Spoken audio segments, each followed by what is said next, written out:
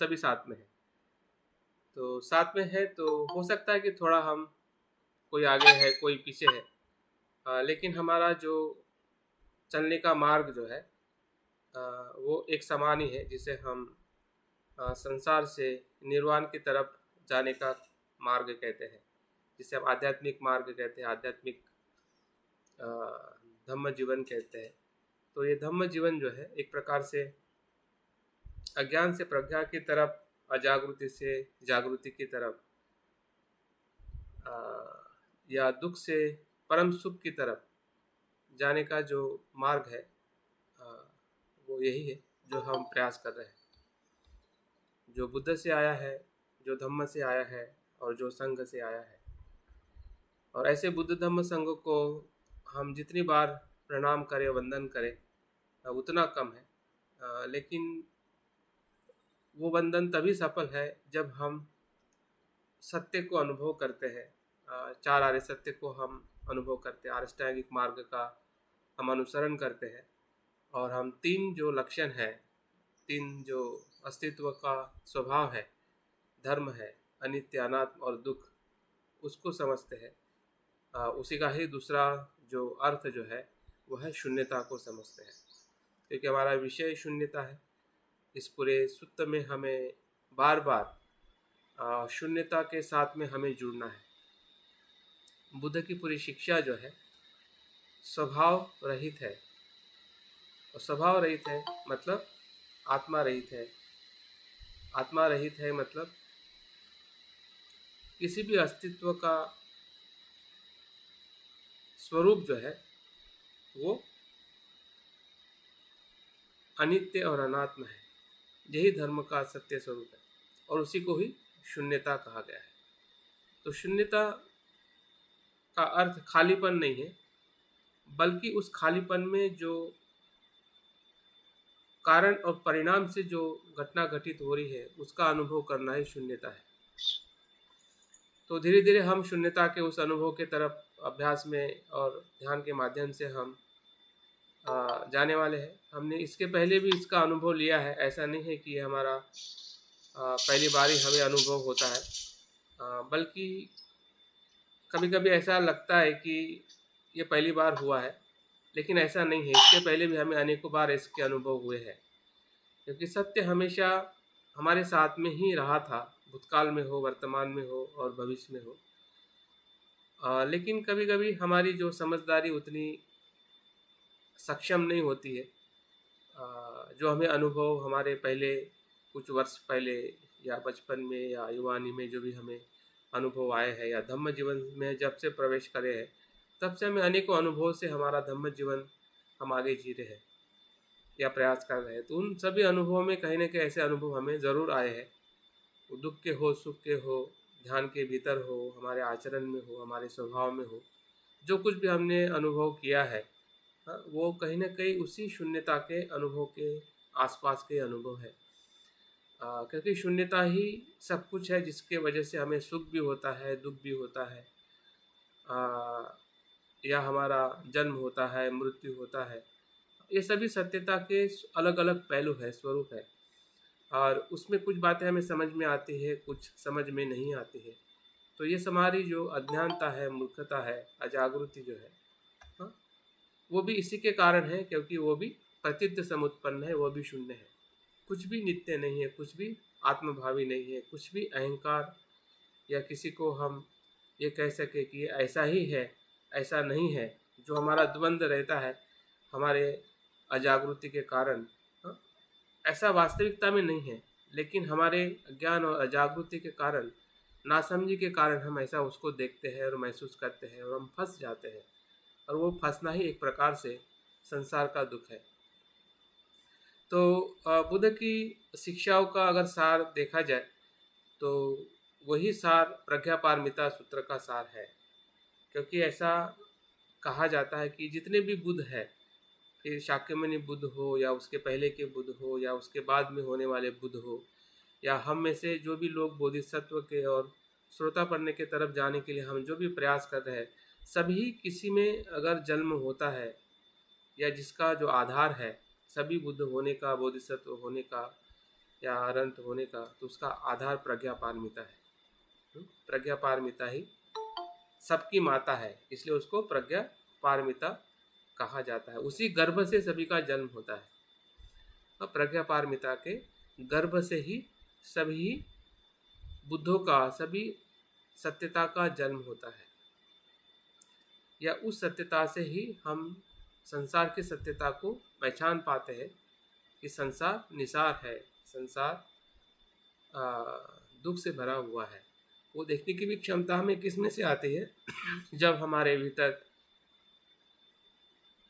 जो बुद्धत्व का जन्म होता है, या बुद्धत्व के गर्भ से हम अपने आप को विकसित करते हैं। हमारा जन्म माँ के गर्भ में हुआ है, जिसे हम संसार कहते हैं। अभी दूसरा जो जन्म है, जैसे कि सिद्धार्थ का जन्म भी माँ के गर्भ से हुआ है, लेकिन बुद्ध का जन्म जो है प्रज्ञा के गर्भ से हुआ है, जिसे हम बुद्धत्व या संबोधि कहते हैं। तो दो प्रकार का हर मनुष्य का जन्म है, शारीरिक, भौतिक, सांसारिक, और दूसरा जन्म जो है आध्यात्मिक। तो जो आध्यात्मिक जन्म जो है वो हर किसी का उसी भूमि से होता है, उसी गर्भ से होता है, जिसे हम प्रज्ञापारमिता कहते हैं। तो उसके बारे में भी हमें और ज़्यादा समझ में आने वाला है। तो आज के इस कोर्स के दूसरे दिवस के सत्र में मैं आप सभी का स्वागत करता हूँ। और जो भी हमारे पास में शिक्षाएं पहले से हम प्रयास कर रहे हैं, फिर वो शील का पालन हो, आनापानसति हो, मैत्री भावना हो, वो सभी ध्यान साधनाएं उसी ही गर्भ से आई हुई है। ऐसा नहीं है कि वो ध्यान अलग है, ये ध्यान अलग है, वो ध्यान से वो लाभ नहीं होगा, वो ध्यान से वो लाभ होगा। इसमें भी कभी कभी हम काफ़ी संभ्रमित रहते हैं। ऐसा संभ्रमित ना रहे, भले आप कुछ भी कर रहे हैं, वो सब कुछ उसी ही गर्भ से आया हुआ है, वो प्रज्ञा पारमिता के साथ में ही जुड़ा हुआ है। हमें उसी भाव से वो समझना है और करना है। प्रज्ञा कोई मतलब एक जगह की प्रज्ञा की बात नहीं है, वो पल पल में है, क्षण क्षण में है, हर अस्तित्व में है।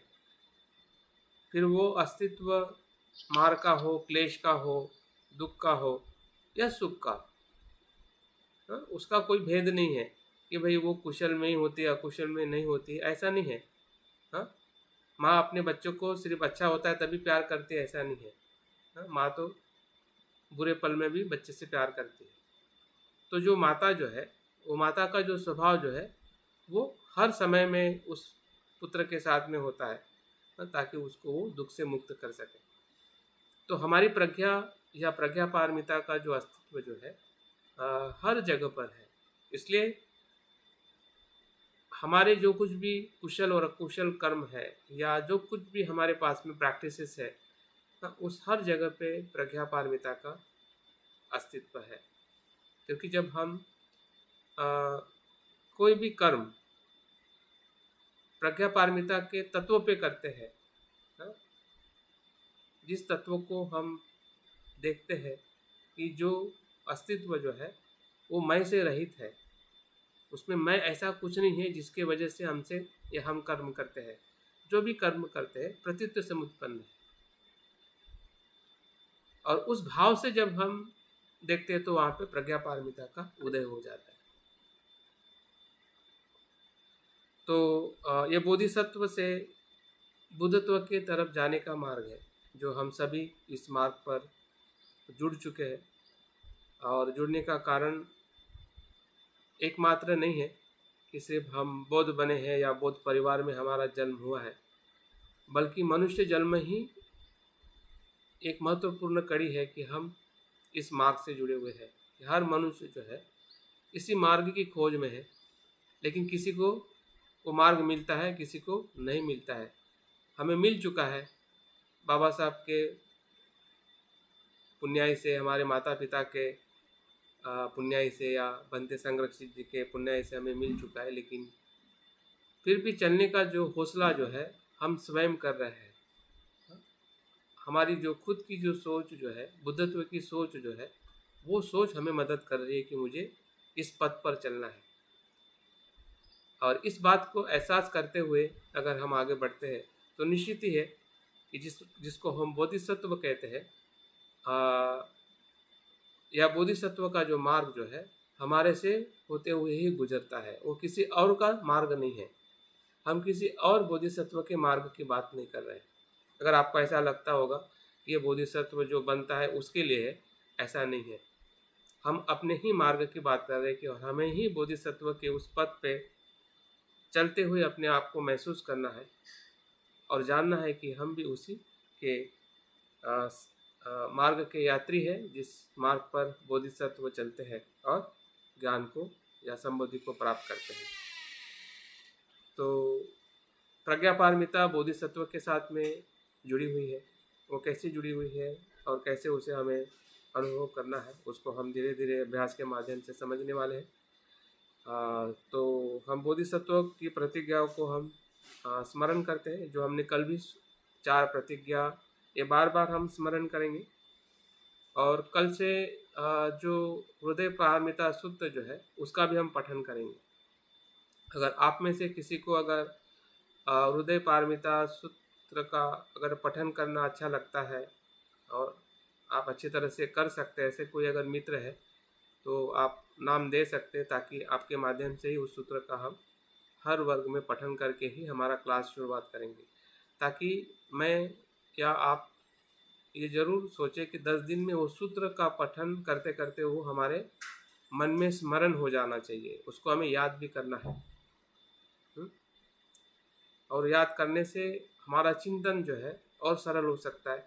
उसके प्रति जो हमारा जो श्रद्धा है, जैसे कि प्रतीत समुत्पाद को हमने स्मरण करना चाहिए, अज्ञान पच्छाय संस्कार, संस्कार पच्छाय विज्ञान, ये जो 12 कड़ियाँ जो है वो सिर्फ एक समय के लिए याद नहीं करना है। हमें जैसा कोई पूछता है, हम अपने आप से पूछते हैं कि प्रतीत समुत्पाद कहते हैं, तुरंत ही 12 कड़ियाँ हमारे मन के भीतर गूंजनी चाहिए। जब भी हमें दुख होता है, जब हमें सुख होता है, तुरंत उस कड़ियों से हमें याद आना चाहिए कि ये दुख इस प्रत्यय से हो रहा है। ये कोई मतलब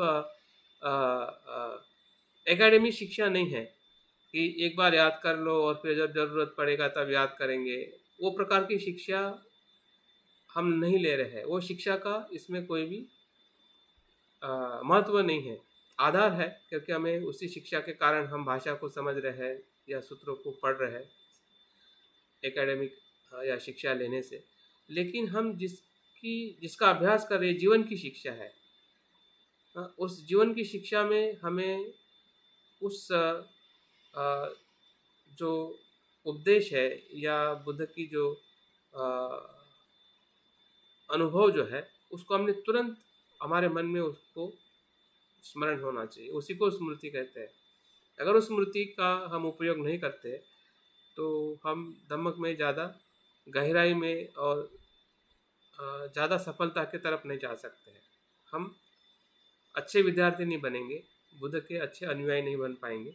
अगर हमें अच्छे अनुयायी बनना है तो हमें अपनी स्मृति का हमें सदुपयोग करना चाहिए। तो हम देखेंगे कि 10 दिन में वो हमें शुद्ध पूरी तरह से याद रहे, और इसलिए हम रोज़ उसको पठन करने वाले हैं। तो अभी हम 4 बोधिसत्व की प्रतिज्ञा को स्मरण करते हुए आज का जो आनापान सति का ध्यान जो है उसका हम सराव करने वाले हैं। ध्यान से सुनिए, अपने मन में उसको अनुभव करें। ये प्रतिज्ञा बाबा साहब ने दी हुई प्रतिज्ञा है, जो बुद्धायन धम्मा के आखिरी पन्नों में हमें दिखाई देती है। और ये महायान परंपरा की बोधिसत्व के मार्ग की 4 प्रतिज्ञा है। पहली प्रतिज्ञा, अनंत प्राणी है, हम शपथ ग्रहण करें कि हम सभी को भवसागर के पार उतारेंगे। दूसरी प्रतिज्ञा, हम में अनंत कमजोरियां हैं, हम शपथ ग्रहण करें कि हम एक एक करके सबको दूर करेंगे। तीसरी प्रतिज्ञा, अनगिनत सत्य है, हम शपथ ग्रहण करें कि हम सभी का बोध प्राप्त करेंगे। चौथी प्रतिज्ञा, भगवान बुद्ध का अनुपम मार्ग है।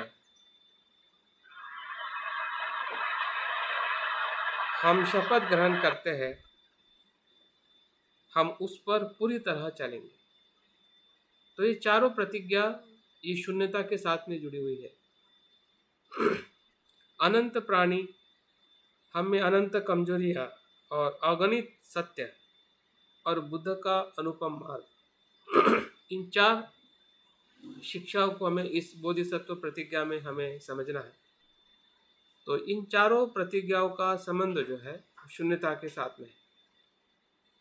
वो कैसे है और कैसे उसका हम अनुभव करेंगे, वो हमें धीरे धीरे ध्यान के माध्यम से और अभ्यास के माध्यम से पता चलेगा। जैसे कि भगवान बुद्ध का अनुपम मार्ग है जो बुद्ध ने बताया है, और उसी अनुपम मार्ग के आधार पर जब हम बुद्ध की शिक्षा जो शील की हो, समाधि की हो, प्रज्ञा की हो, जिसे हम आरिष्टांगिक मार्ग कहते हैं, और उस समाधि मार्ग में जो बुद्ध ने अनेकों प्रकार के हमें ध्यान जो बताए हैं, फिर आनापान सती हो या सतीपट्ठान हो, विपस्सना हो, तो इन ध्यानों से ही हम प्रज्ञा को प्राप्त कर सकते हैं। मतलब हम उस पर पूरी तरह चलेंगे। चलने का मतलब क्या है? चलने का मतलब चलना है, अनुसरण करना है, प्रयास करना है। कल हमने देखा था कि प्रज्ञा के प्रकारों में हमें इसका भी एक प्रकार बताया गया है। प्रयत्न करना ये प्रज्ञा है, मार्ग पे चलना ये प्रज्ञा है। जब हम मार्ग पर चलते हैं तभी जाकर हम उस फल को प्राप्त कर सकते हैं जिस फल की हम अपेक्षा करते हैं कि हम दुख से मुक्त हो या हमें सत्य का अनुभव हो। अगर मार्ग पर हम नहीं चलेंगे, मार्ग पर चलने की हमारी प्रज्ञा नहीं रहेगी, तो फल सिर्फ एक आशा रहेगी कि हमें सुखी होना है, हम बुद्ध बनेंगे, लेकिन हम बुद्ध नहीं बन पाएंगे, क्योंकि हम उस मार्ग पर ही चलने से हम सुनिश्चित नहीं है कि हमारा मार्ग क्या है।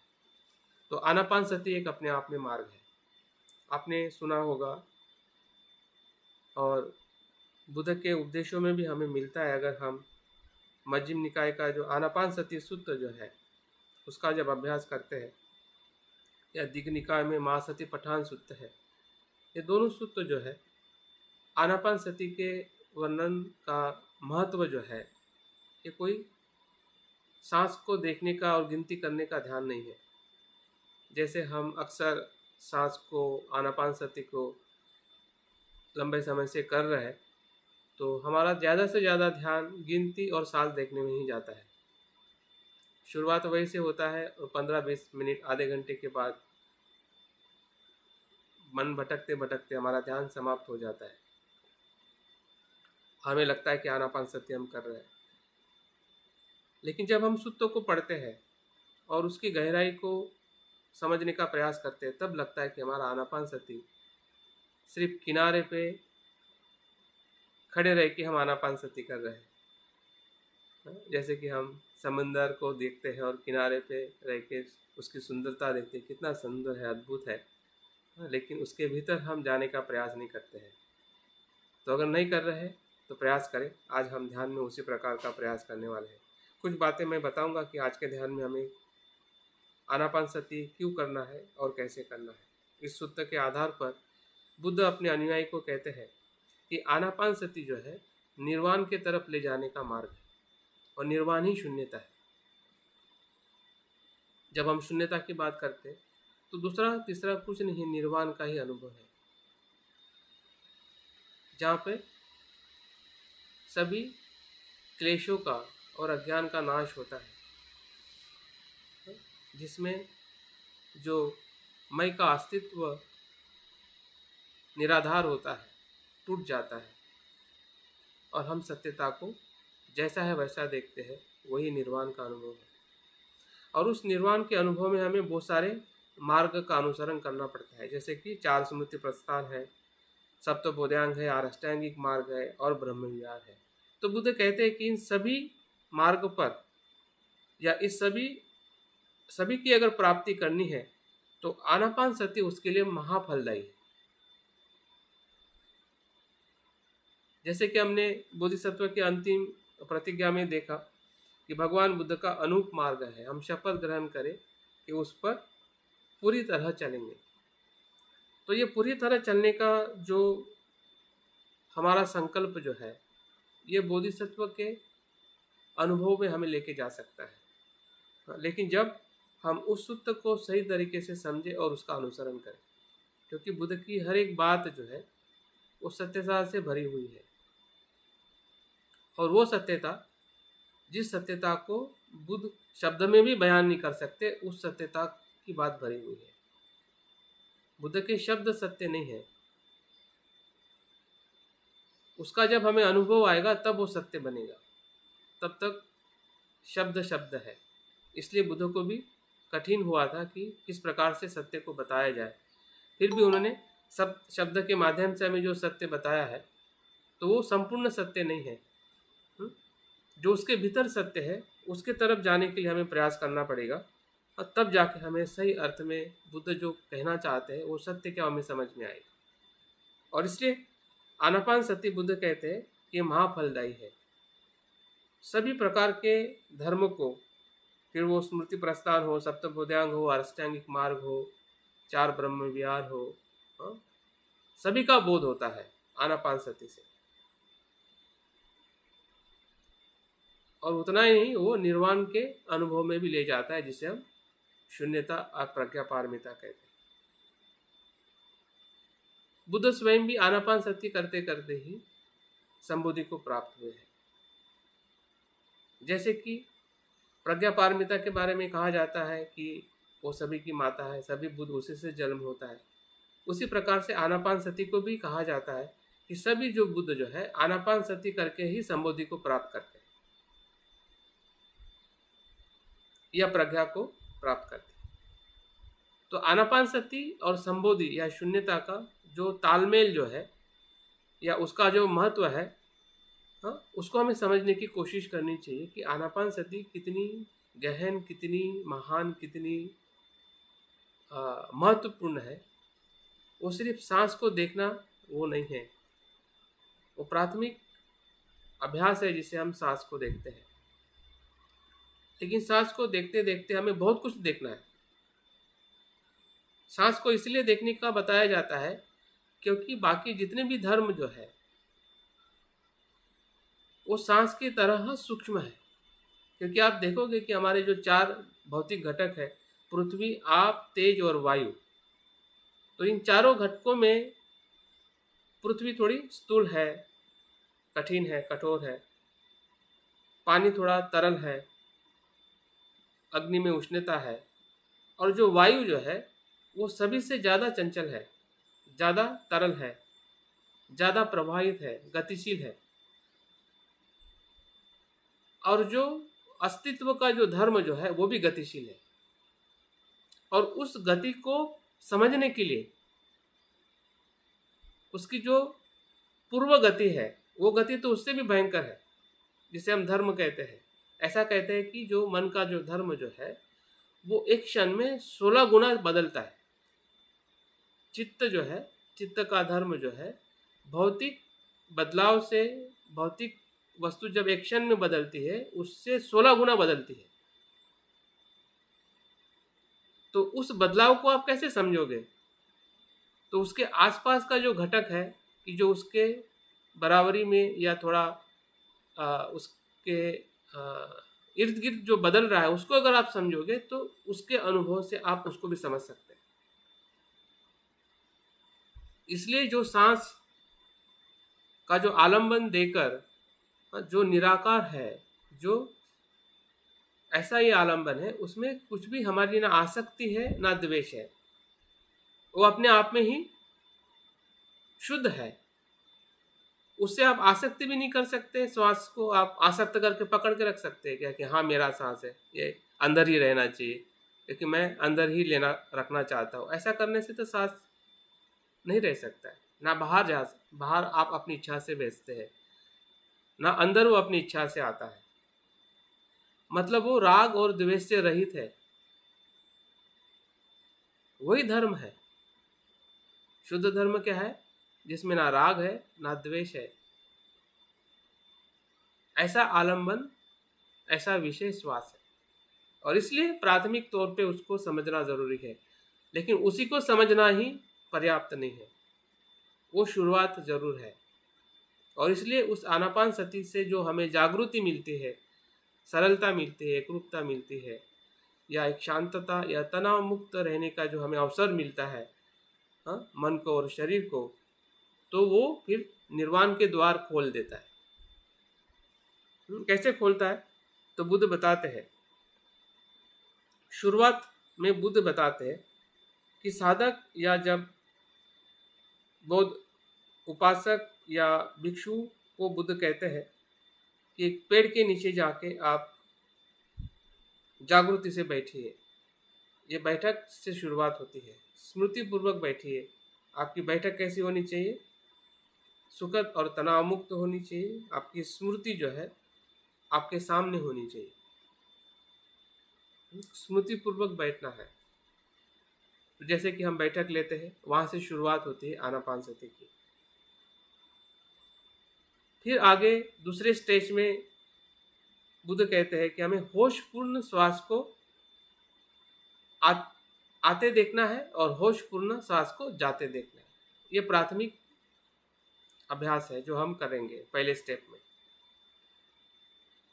दूसरे स्टेप में बुद्ध बताते हैं कि वो श्वास, दीर्घ श्वास अनुभव करना है और रस, क्योंकि जब हम सांस लेते हैं तो लंबा सांस होता है, जब छोड़ते हैं वो छोटा होता है। अगर आप अनुभव नहीं कर रहे हैं, क्योंकि हम उतने गहराई में उसके आसपास जाते ही नहीं हैं, हम गिनती करके उसको ही मान लेते कि हमारा ध्यान हम कर रहे हैं। लेकिन जो सांस की जो अनुभूति जो है, उसके जो अलग अलग पहलू है, उसको हमें अनुभव करना है कि वो दीर्घ है और ह्रस्व है। वो हमें ठंडा भी महसूस होता है, भीतर जाने वाला सांस, और बाहर आने वाला सांस हमें गर्म महसूस होता है। उसके स्वभाव को भी महसूस करना है। जितना हम सांस को एकरूपता से महसूस करेंगे, उतना ही हम धर्म को महसूस करेंगे, जो उससे जुड़े हुए हमारा शरीर है, क्योंकि शरीर सांस के बिना नहीं है। बुद्ध कहते हैं एक जगह पर, सांस ही शरीर है और शरीर ही सांस है।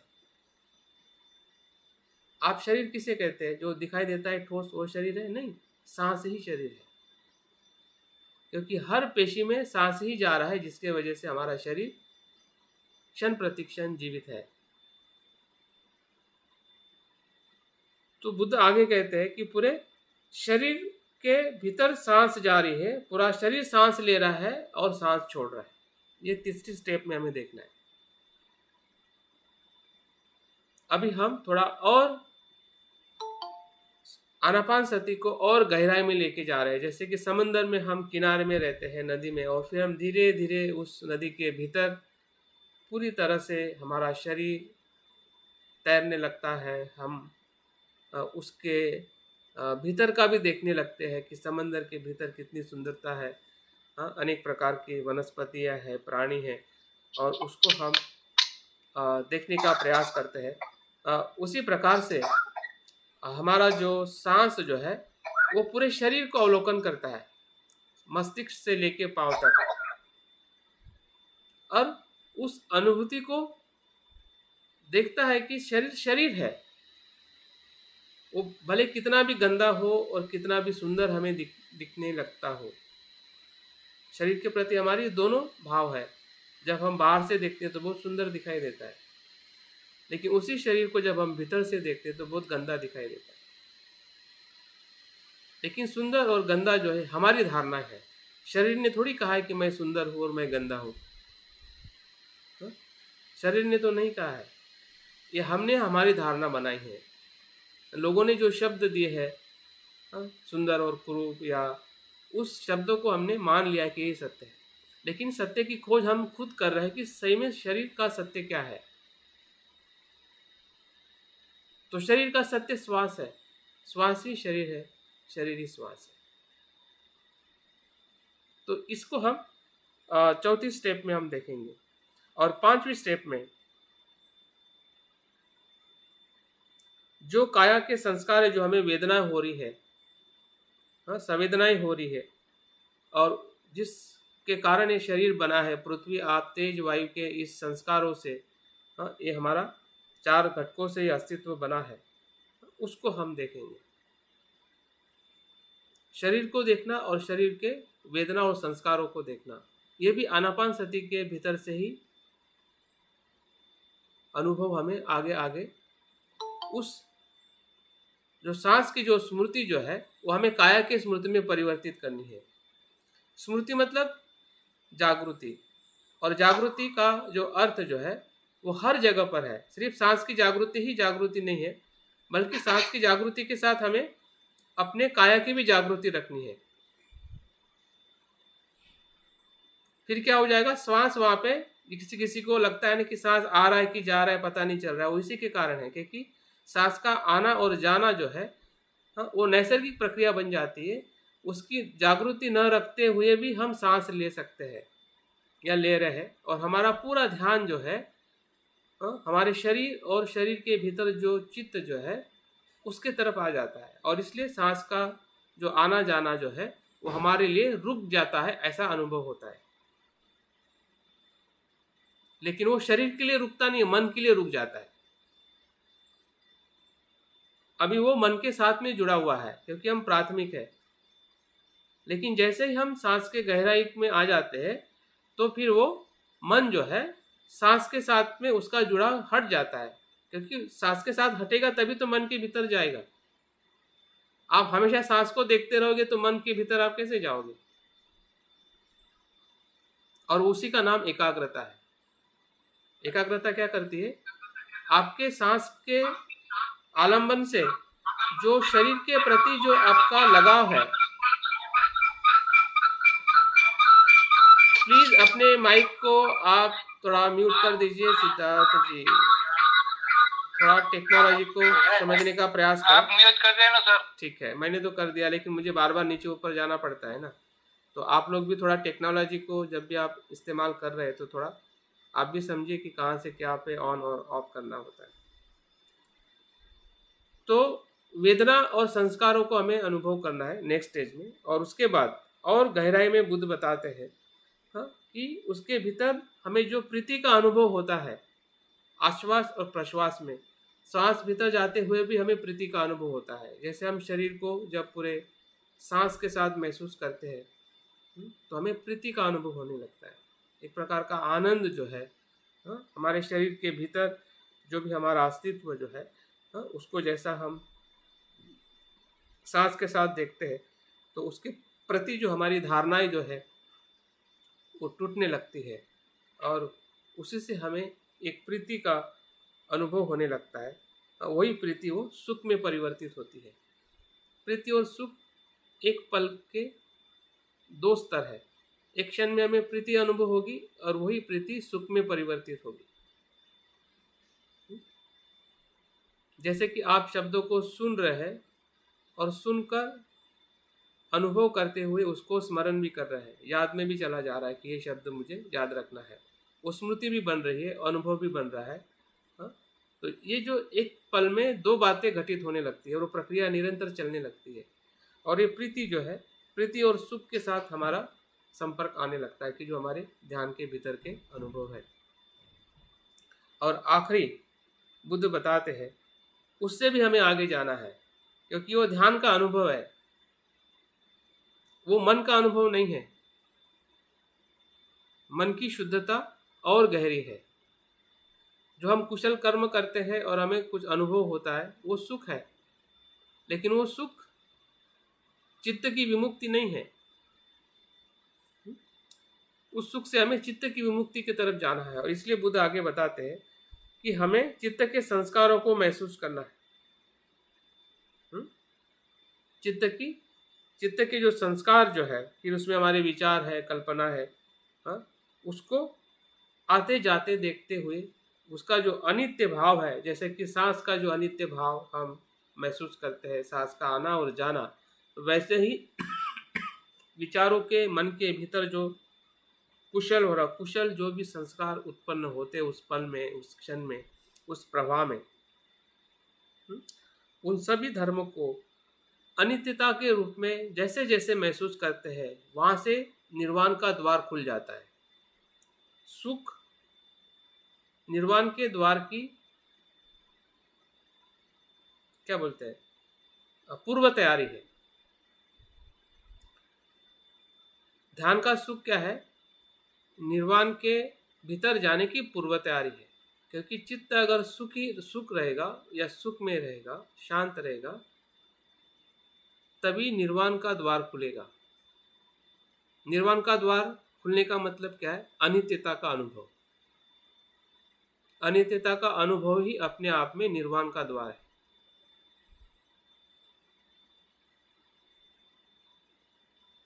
तो आनापान सती हमें वहां तक ले जाती है, क्योंकि सांस का हमें उसी प्रकार से अनुभव होता है। आते जाते आते जाते आते जाते हम क्या देख रहे हैं? अनित्यता को तो देख रहे हैं।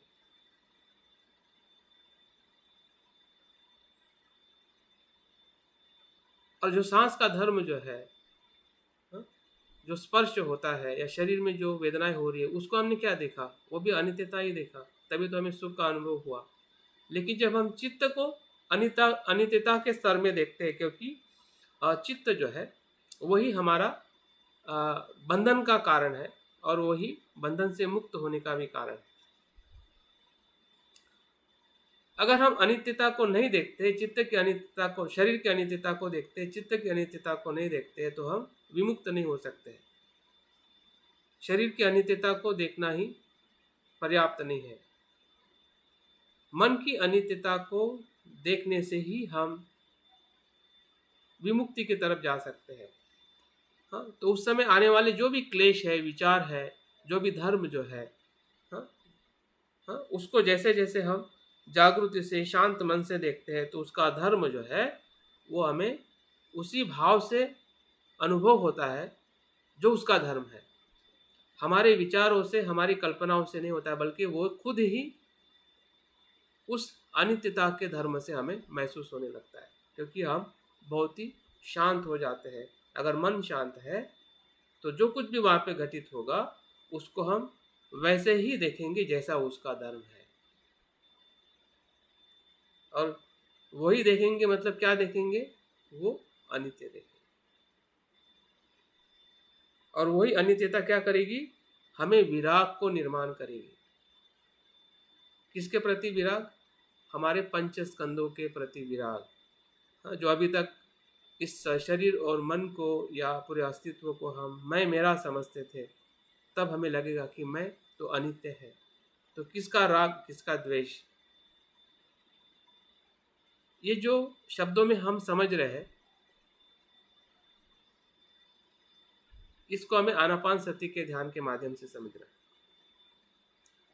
उस समय का जो मन जो है, उस समय का जो चित्त जो है, या जो घटना घटित हो रही है हमारे उस क्षण में या उस जगह पर जब हम ध्यान करेंगे या करते हैं, तो उसमें अनित्यता के साथ में अगर विराग का अनुभव हो रहा है, तो समझ जाइए कि वही निरोध और निर्वाण की तरफ जाने का अनुभव है। वो क्या है वो मत पूछिए, वो तो आपका खुद का ही अनुभव है।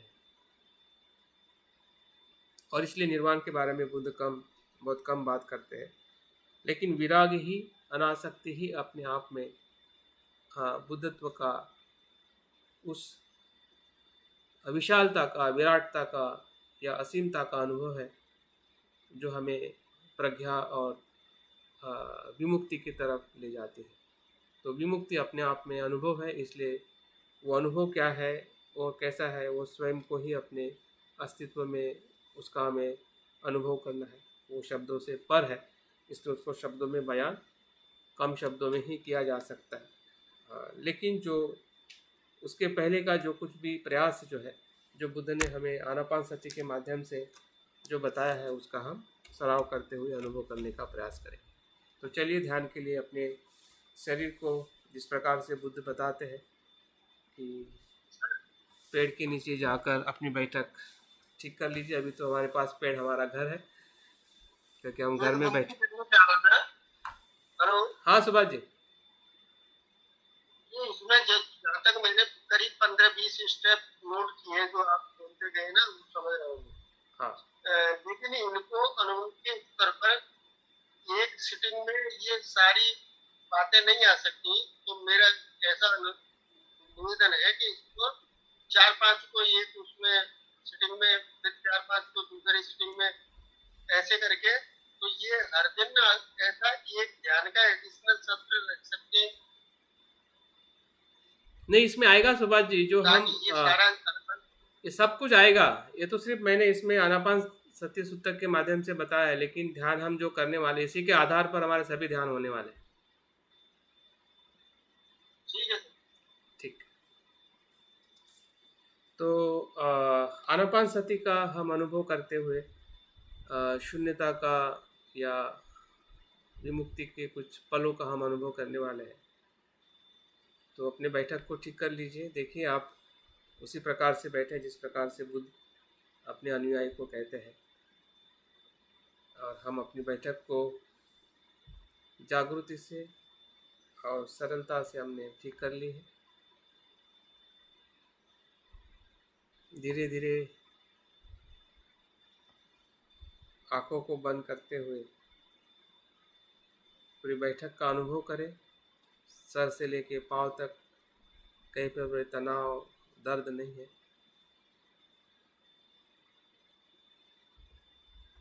एक दो गहरी सांसें लीजिए और छोड़िए, ताकि शरीर के भीतर का तनाव मुक्त हो जाए।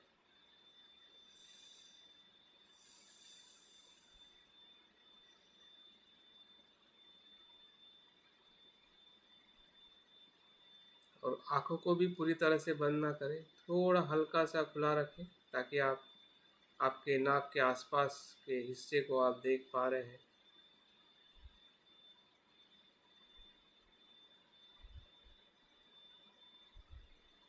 किसी भी प्रकार का शरीर पर तनाव न रखते हुए बैठक धारण कर लीजिए।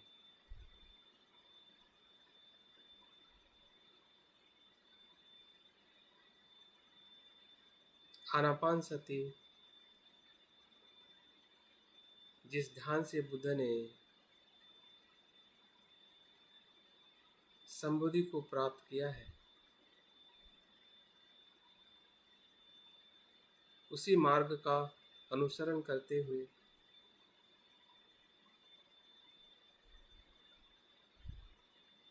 उसी ध्यान का हम सराव कर रहे हैं।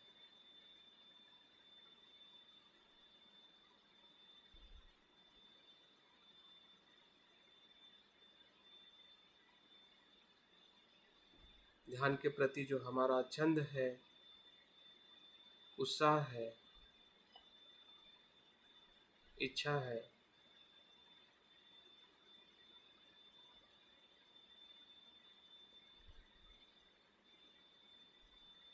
उसको भी महसूस करें कि मेरी इच्छा से मैं ध्यान कर रहा हूँ।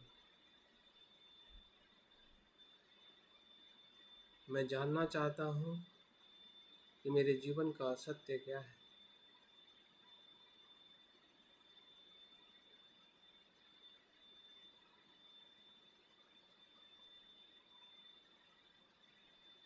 जैसे बुद्ध ने जाना है और वो दुख से मुक्त हुए हैं,